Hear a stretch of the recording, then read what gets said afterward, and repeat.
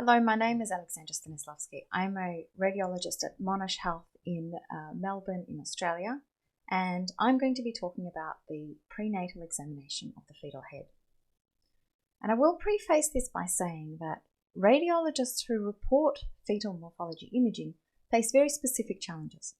So similar to trauma or oncology imaging, we are essentially performing a whole body scan, but the pictures are often in a random and inconsistent order because the patient is completely non-compliant and image acquisition on the part of the sonographer is opportunistic. So this means that from the outset, our usual checklist processes are challenged. And we need to have a clear structure in mind with regards to what we expect to see to be comfortable that we haven't missed anything important. And so this title slide is not referencing the fetal head as such, but the head of the radiologist who is trying to make sense of this controlled chaos and ensure a safe and correct report. Now, for some further perspective, antenatal ultrasound is a screening test, and so not only are images randomly ordered, but they are in most cases normal, which is fantastic. But again, it is a challenge in staying vigilant, because ultimately, fetal abnormalities do happen, and CNS anomalies in particular are relatively common. And so the task of the radiologist is firstly to be confident in being able to establish normality, as well as to be able to recognize and triage both definitive abnormalities and, harder still, borderline abnormal scenarios. So this is our plan today. Firstly, we're going to have a quick look at the fetal head in early pregnancy. We will review the standard normal views in the mid to late pregnancy. We will go through some common problem-solving scenarios, as well as some other exam-style cases. So, fetal head in the first trimester, what abnormalities can we see? So clearly, the earlier we can make a diagnosis of a potentially serious or lethal condition, the better. And this is why we do aneuploidy imaging in the first trimester wherever possible. And this is why there has been a recent increased focus on assessment of fetal morphology in the late first trimester. And here we are talking specifically about the 11 to 14 week period. So similar time as to which we might do nuchal translucency cases in that subset of patients. However, in the fetal brain, we're limited not only by the small size of the structures, but also by the fact that they're still developing, and so many conditions simply haven't manifested or occurred yet. So it helps to think of these as fitting into one of three buckets. So there is the readily detectable conditions, and luckily, some of the most clearly lethal conditions fit into this category, particularly the acrania exencephaly and encephaly sequence and holoprosencephaly, as well as cephaloceles. Now, the sometimes detectable bucket is a fairly wide and somewhat nebulous one, and it includes everything from neural tube defects, which one might hope that one day would actually belong in the readily detectable bucket, because there are well-described and reproducible signs of neural tube defects in the early pregnancy. However, it depends on who's scanning and what views they're obtaining and their equipment to some degree as to how well they might be able to detect those findings. And in this bucket is everything down to the conditions I've included in brackets, such as agenesis of corpus callosum and hydrocephalus, which, yes, there has been some research that has demonstrated indirect signs of these in first trimester, but really in practice these are teetering between the sometimes and never detectable buckets, and certainly wouldn't be exam cases in the first trimester. And last of these is the never detectable bucket, so conditions such as microcephaly, tumours, infections, hemorrhage, abnormalities of cortical development, conditions which either haven't manifested at this stage of pregnancy or are simply outside the resolution and capabilities of ultrasound as a modality. So before we start looking at some pathologic cases in the first trimester, let's just review the normal appearances. And this is the very standard axial image through the lateral ventricles of a fetus which is 13 weeks gestation. So we see the normal echogenic appearance of the calvarium, and we see the symmetry of the echogenic choroid within the lateral ventricles, as well as the midline folks, giving the butterfly sign appearance. And so by demonstrating these structures, we've already excluded a lot of the severe lethal anomalies that we may be looking for in this stage of pregnancy. Now, looking at a few more images here. So as we said, pictures are obtained in random opportunistic order. So there's a few facial views between the head views. And then we come back to what we really see more frequently in the second trimester, and we'll talk about shortly in terms of this biparietal plane with head measurements. And then just one more image I want to show you here is this is the AOS. So this is looking lower down, not quite at the level of the posterior fossa, but almost. And what we've got here is this measurement between the aqueduct of Sylvius and the back of the head. And so this is one of the signs that you might look for in terms of looking for neural tube defects, as to if this measurement is small, then it may be a sign of a neural tube defect. And there are charts that go with this. Okay, so looking at some pathologic cases. So case number 1. So we've got here appearance of the baby's face, body, limbs. We, I think, straight away notice that the head's somewhat foreshortened. Another similar appearance. Again, the head appears foreshortened. The orbits are potentially slightly wide, so we expect the size of approximately one orbit between the normal orbits, and it's a little bit wider than that here. Now we're at the back of our mind, is this actually showing us an encephaly? But what if we're not quite sure? What if we're not quite sure whether this is just a funny angle through the fetal face that just hasn't included the case fully? Well, the first thing you want to do is you actually want to see if you can find that image that we looked at with the normal case, with the axial appearance of the fetal head, which shows the calvarium. Okay. If you haven't seen that image, your index of suspicion is higher, but let's say you're in an exam scenario, you're not sure whether all images have been provided. What's your next go-to in terms of being sure that there is an abnormality of the baby's head? Well, you look for the table at the end of the scan. Okay, get clues from the biometry table. And so in this case, you see that the AC and FL have been measured, but the head dimensions just haven't been. So now you're sure that they just weren't identified. And in general, this is an exam tip for ultrasound imaging and particularly gynecology and obstetric imaging. Focus on the tail end of the examination. Okay, so a lot of the time, the clues are either in that summary table at the end, or they're in the images that follow the summary table at the end. So a lot of the time, the sonographer is problem solving as they're scanning. They obtain the scans, the required images, they obtain the tables, and then they go back to whatever they thought were abnormal and get further pictures, or get a supervisor to come in and get further pictures.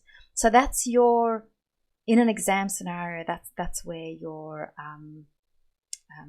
that's where the money might just be for a scan. Okay. So next case, this is also a scan of a fetus which is along that acrania, exencephaly, and encephaly spectrum, just showing that it's not always that foreshortened appearance with absence of the cranial structures. Here we do have some brain structures which in fact appear enlarged, if anything, but certainly abnormal. We don't see the calvarium, so this is sort of an exencephaly case with a protruding abnormal brain matter. Next case, I'm just going to play a video clip and let you watch it for a little bit.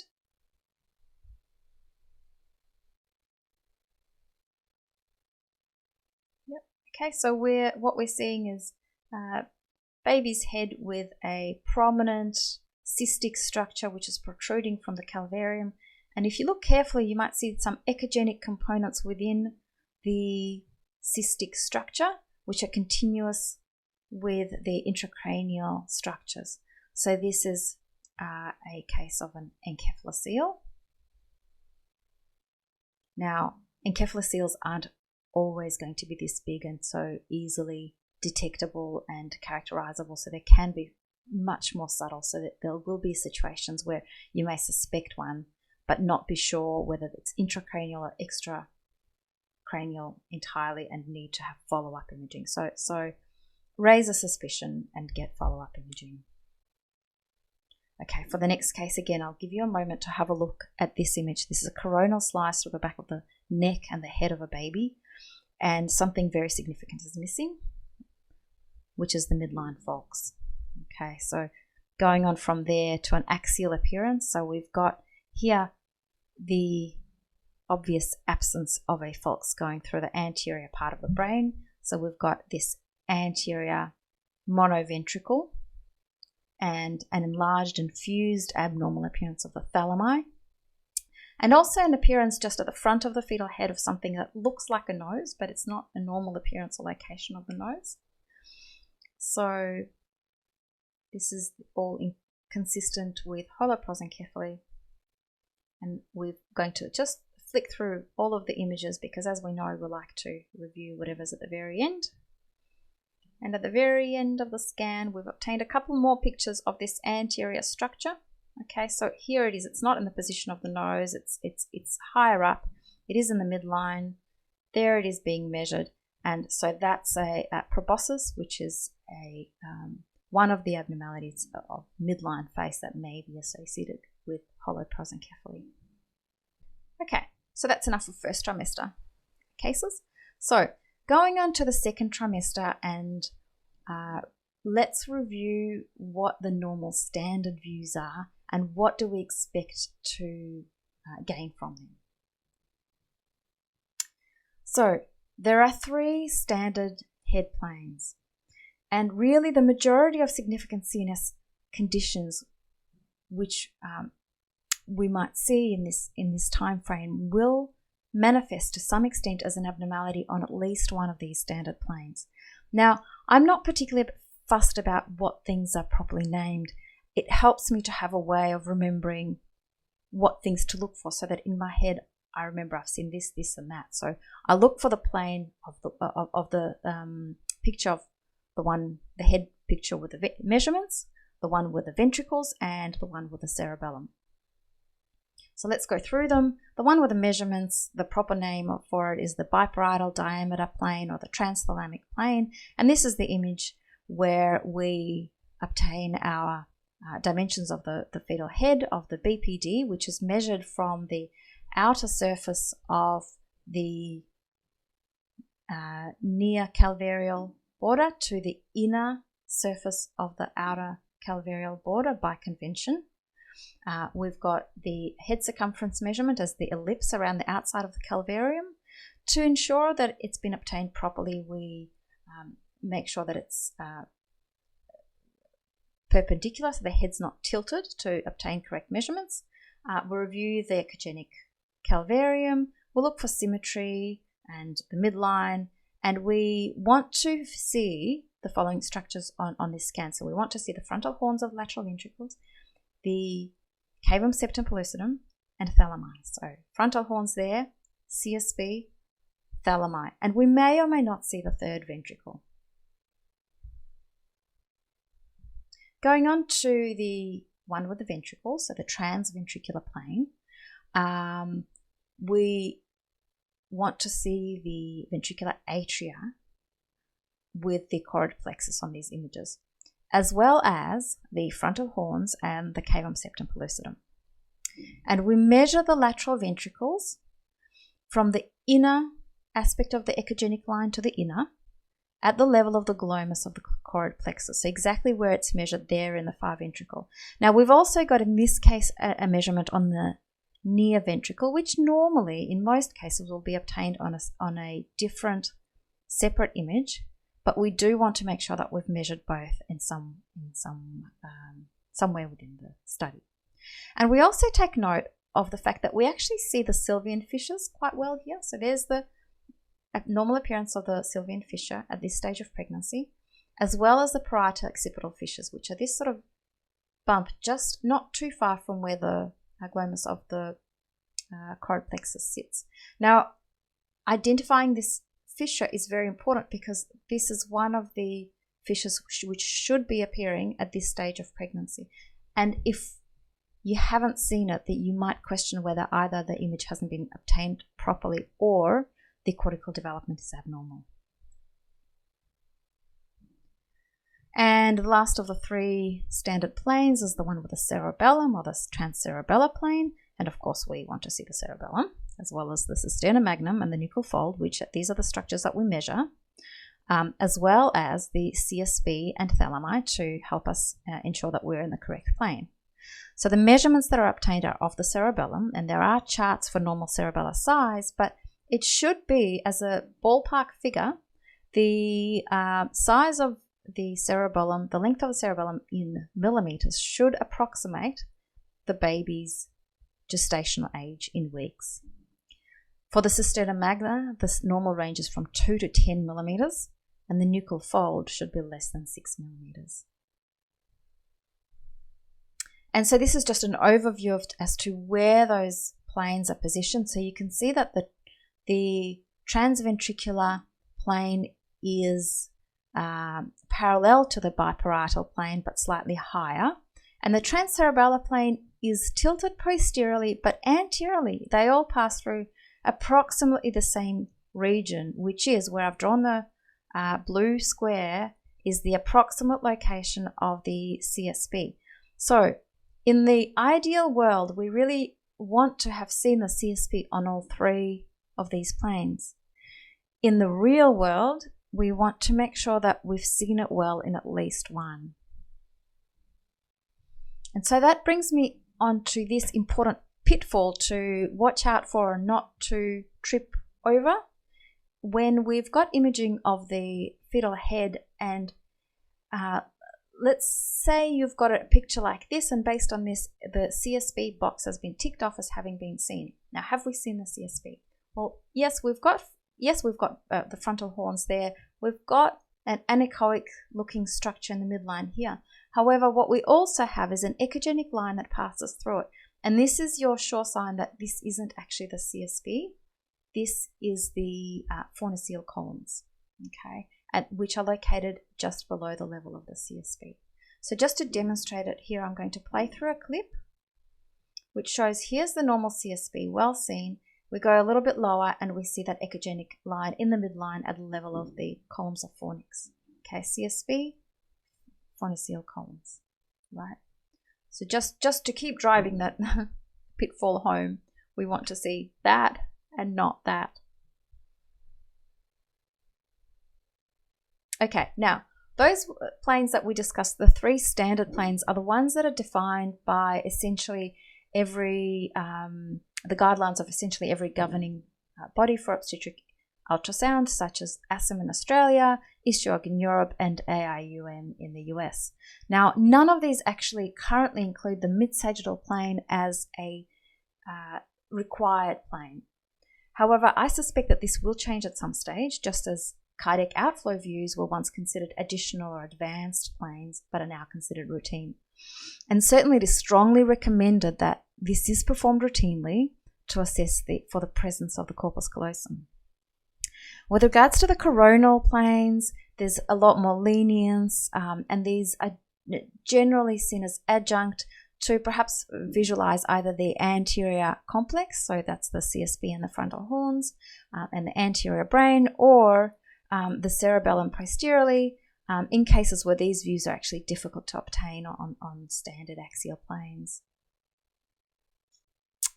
So that's our standard normal imaging. Now let's go through a few common scenarios that might cause some questioning or perhaps difficulty in decision making. So the scenarios that we will look at are abnormal head size, absence of the cavum septic lucidity, ventricular megaly, and choroid plexus cysts. So abnormal head size, the head might be too small or too big. We will focus primarily on problem solving with regards to a head that is too small.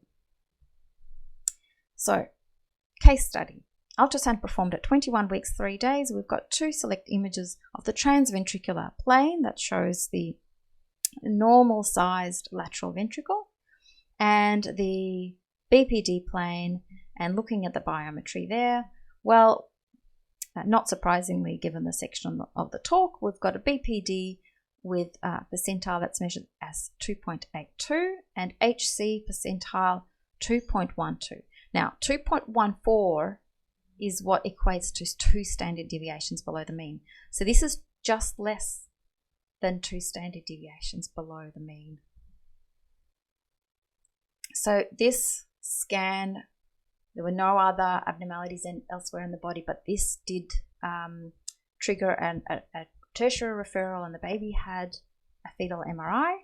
So what we're seeing here, so this is the baby's head at 23 weeks, 6 days, comparing it to similar sort of plane at 23 weeks in a normal fetus.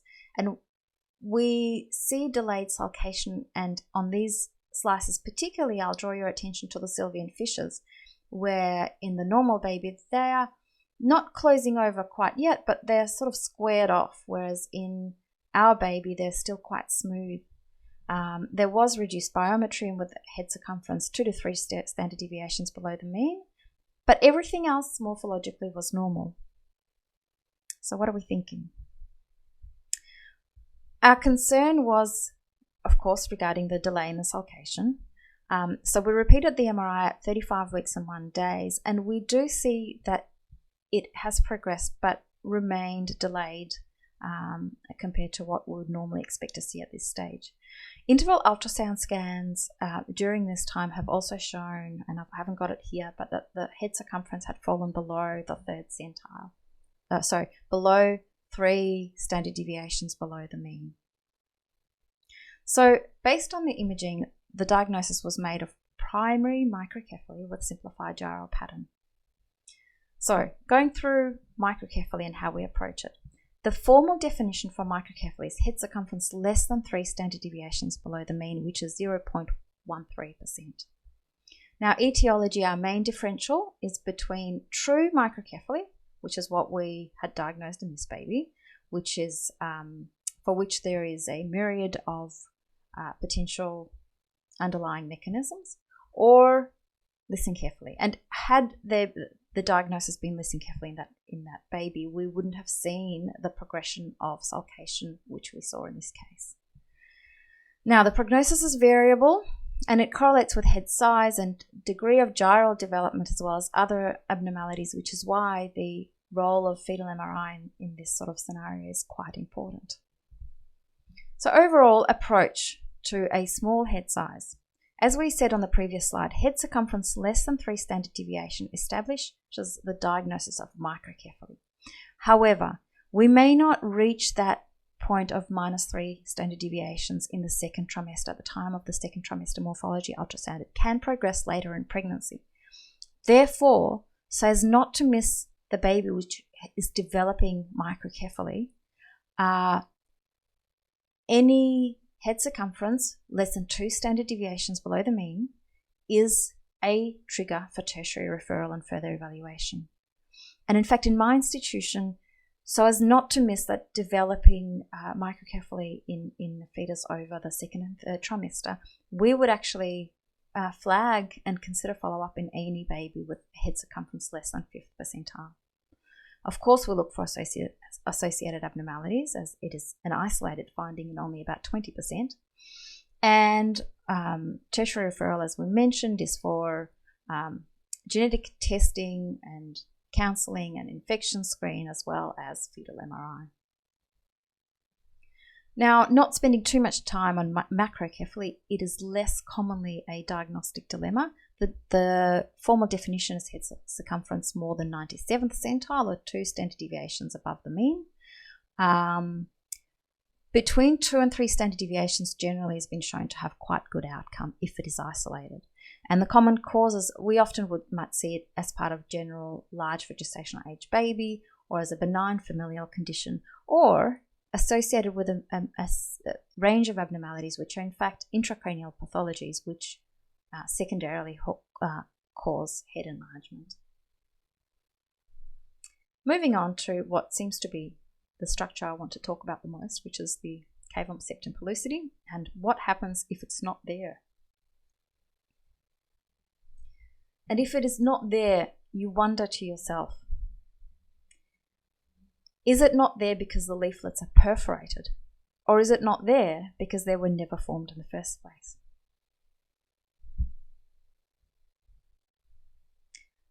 So let's review those two scenarios. And the baby on the left is lacking a CSP because the leaflets were perforated.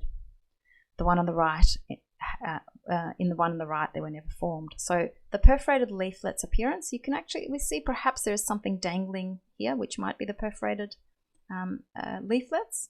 And overall, there's sort of this heart-shaped appearance because it was forming as a CSP initially. And we see this heart-shaped appearance of the ventricles. Whereas in the case where they were never formed, the roof of the ventricles is rounded rather than angled and heart-shaped. And so this is important because it helps us try and limit our differential or direct our differential. In the case with perforated leaflets, we suspect that it is due to ventricular obstruction, whereas leaflets that are never formed may be due to agenesis of the corpus callosum, septo-optic dysplasia, or hollow present capillary. So next case study, and this is in keeping in mind what we're talking about. We're talking about absence of CSP. So let's review these head images that have been obtained in this baby. So lateral ventricle normal, and this is continuous. We're sort of scanning a little bit too high here. So we haven't got the CSP, but maybe it's because we haven't got quite the perfect plane. Next image, the transcerebellar plane, and yeah, maybe we're seeing something around this area. There's certainly some level of interruption, but we don't see it very well at all as to what's going on into that region, perhaps for technical factors. And on the third one, we've got our dreaded pitfall. Don't fall on this banana. The fornicele columns with the echogenic line in the middle. Okay, so we've got three of our standard views, and in none of them have we demonstrated the normal CSP. So what do we want to do? So in this case, the sonographer's gone on and taken a coronal image through the anterior complex, and this, of course, is the same image that I'd shown a couple of slides previously, and this demonstrates that rounded roof appearance of the frontal horns without our septal leaflets. So we've got a baby which has got absence of the CSP and no other abnormality that we can see on ultrasound. Again, we've gone on to do an MRI, and these are the views of MRI performed in 22 weeks. And essentially everything again is normal other than absence of the leaflets. And the things that we look for particularly, we've established that we've got our corpus callosum is present, our pituitary stalk is present there, and our optic nerves are present. Now, we don't have enough resolution. We're not good enough to be able to measure them to say whether they're dysplastic, hypoplastic, or normal, but they're present. So everything else is normal. Do we reassure entirely? In a case of an apparently isolated absence of the CSP, we don't completely because there's still a 20% risk of septo-optic dysplasia. And we need to inform our clinicians of this risk because it needs to be kept in mind post-natally. So they should still be anticipating neonatal hypoglycemia, which could happen with septo-optic dysplasia in the early prenatal period, as well as the need for neonatal visual testing and MRI to further look for this condition. So just an overview, septo-optic dysplasia requires 2 of the 3 of the following for diagnosis of the absence of the septum pellucidum, abnormalities of the optic nerves, and abnormalities of the hypothalamic pituitary axis. Okay, next up is ventriculomegaly. Case study. So this one's not subtle, right? We've got an image of the lateral ventricles and they're clearly enlarged, and we've got the measurements there, so they're measuring 18 and 16 millimeters.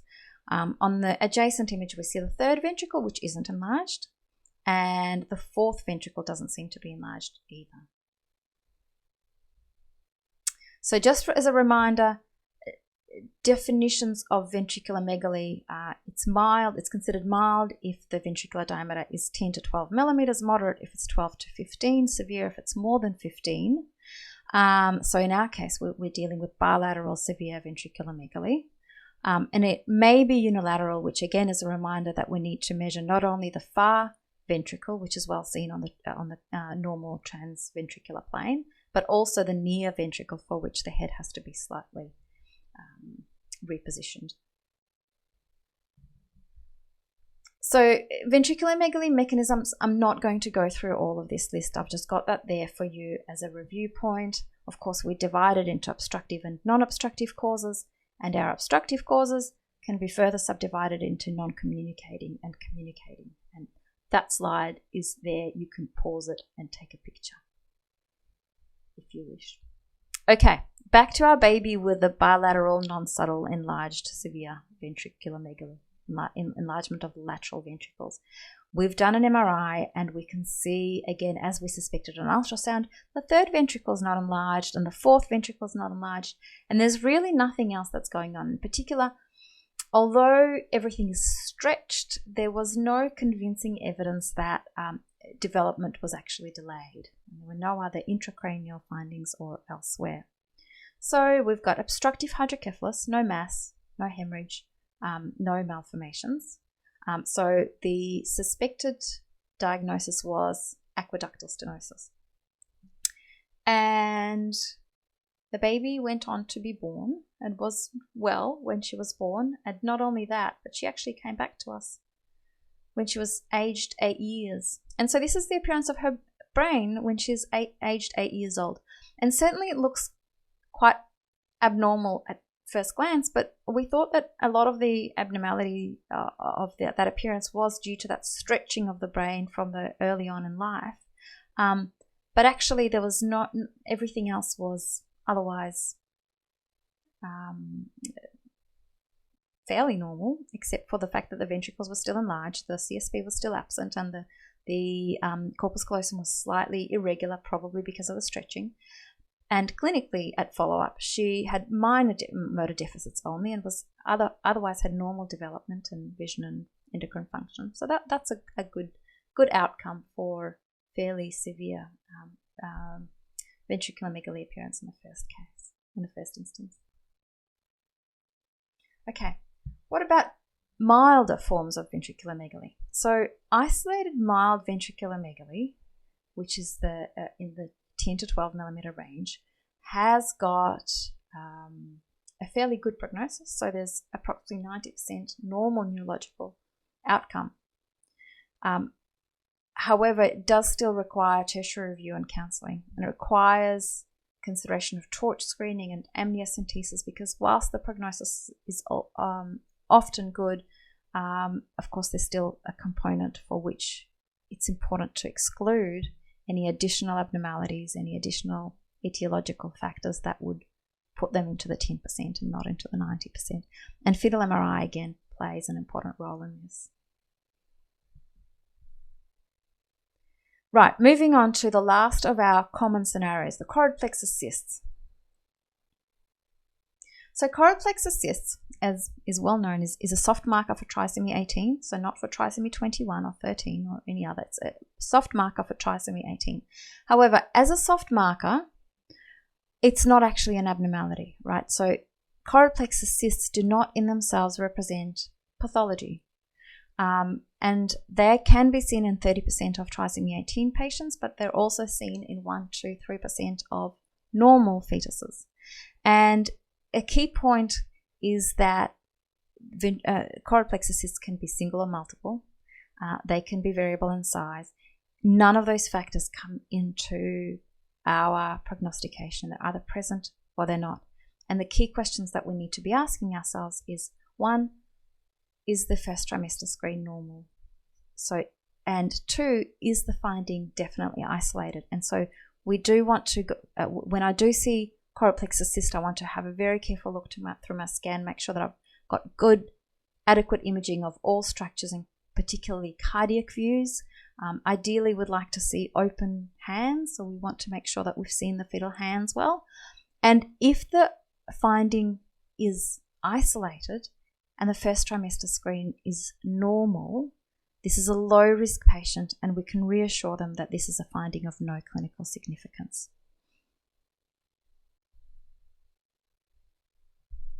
Right, we're done with the common clinical scenarios section. All we've got left is go through something of a potpourri of exam-style cases.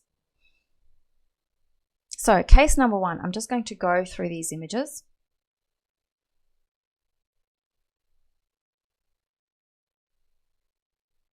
Let you have a look.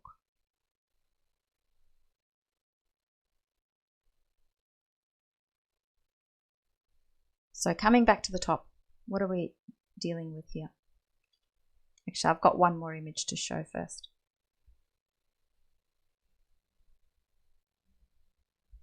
Okay, so from the top, what have we got? Now, I'm sorry I've got the measurements right outside the screen. That's my fault. But nonetheless, we can sort of say it's 1.1 something. So it's mildly enlarged, right? So we've got, it's 1.14 actually. So lateral ventricle, mildly enlarged. The other lateral ventricle is also borderline enlarged. Now we're also seeing what we wouldn't normally see. We've got some distance. We've got widening of the interhemispheric fissure, and we've got something that looks like maybe something cystic going on in between here with some septations, right? So there's, the contours are not quite normal. And furthermore, we are seeing this parallel appearance of the lateral ventricles, and they are dilated posteriorly more so than anteriorly. So this is colpocephalic appearance of lateral ventricles, parallel appearance, widening of the interhemispheric fissure, which are all signs that are, of course, pointing us to agenesis of the corpus callosum. That's normal. And another feature is an elevated appearance, a high riding third ventricle, which is slightly enlarged. Here again, we see that slight asymmetry and widening in the midline. And what does this image show us?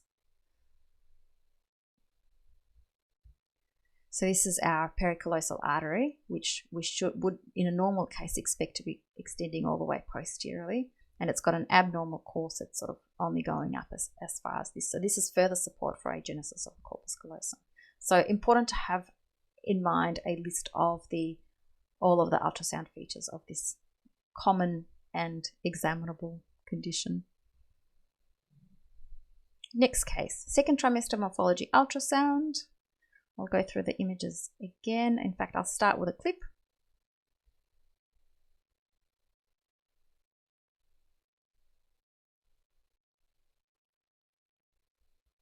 And I'll go on to some other head views.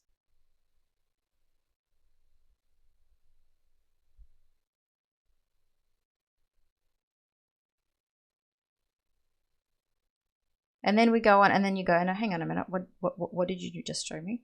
So there, here it is. That's the sign that clinches everything together, right? So here we've got our banana-shaped cerebellum.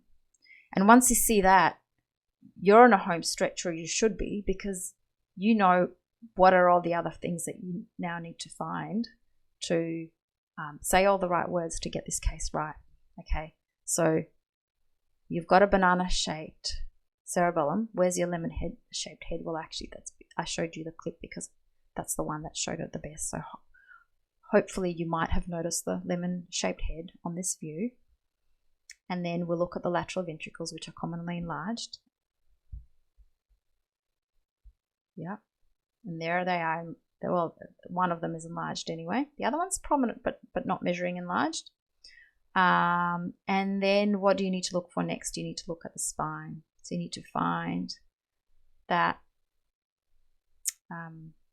other component of the neural tube defect. So there it is. There, the lumbar sacral myelomeningocele that clinches the case. So this is a neural tube defect, very classical findings. And if you go on, obviously you go on to review the rest of the examination, and if the examiner's letting you do that and letting you spend some time with it, there might be something else to find. And in this case, if we keep going, we might come across this talipes, which can be associated with neural tube defects as well. Next case. 3 weeks 37 weeks gestation and previous obstetric ultrasound reporting a cerebral cyst. Now, difficult to work out exactly what's going on these images. They're not standard planes as such, but we've obviously got an anechoic cystic structure, which is somewhere in the middle, and that's a separate differential list in terms of what cystic structures we might see in the brain and what their associations might be. But before we launch into a difficult and potentially lengthy list, we need to do one thing. We need to put the color box on that. Because once we do that, there is no differential, essentially, in an exam setting. Okay, so this is a midline, highly vascular structure. This is in keeping with a vein of Galen malformation. Okay, so with a cystic midline brain structure, don't forget to ask to look at the color images. And last case, so I'll flick back to the history briefly.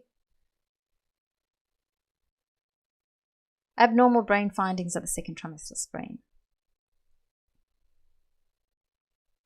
Okay, so we've got an asymmetric appearance here on a coronal view of the baby's head.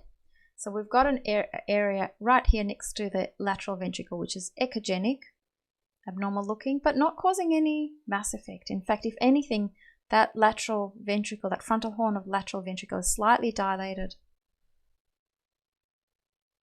And we go on to look at the fetal MR images.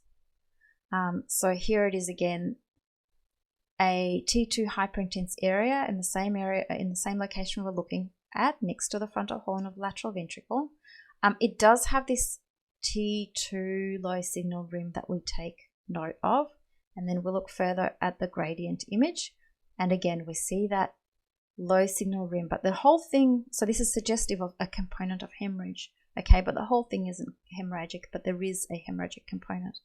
And here there's some further hemorrhage within the ventricle as well. Okay, and then our last image right here, of course, puts it all together. So this is diffusion restriction in the same area. So this is an acute infarct in the prenatal period with an element of hemorrhagic transformation. So just something slightly different, but again, all available to us from first principles and general radiology knowledge.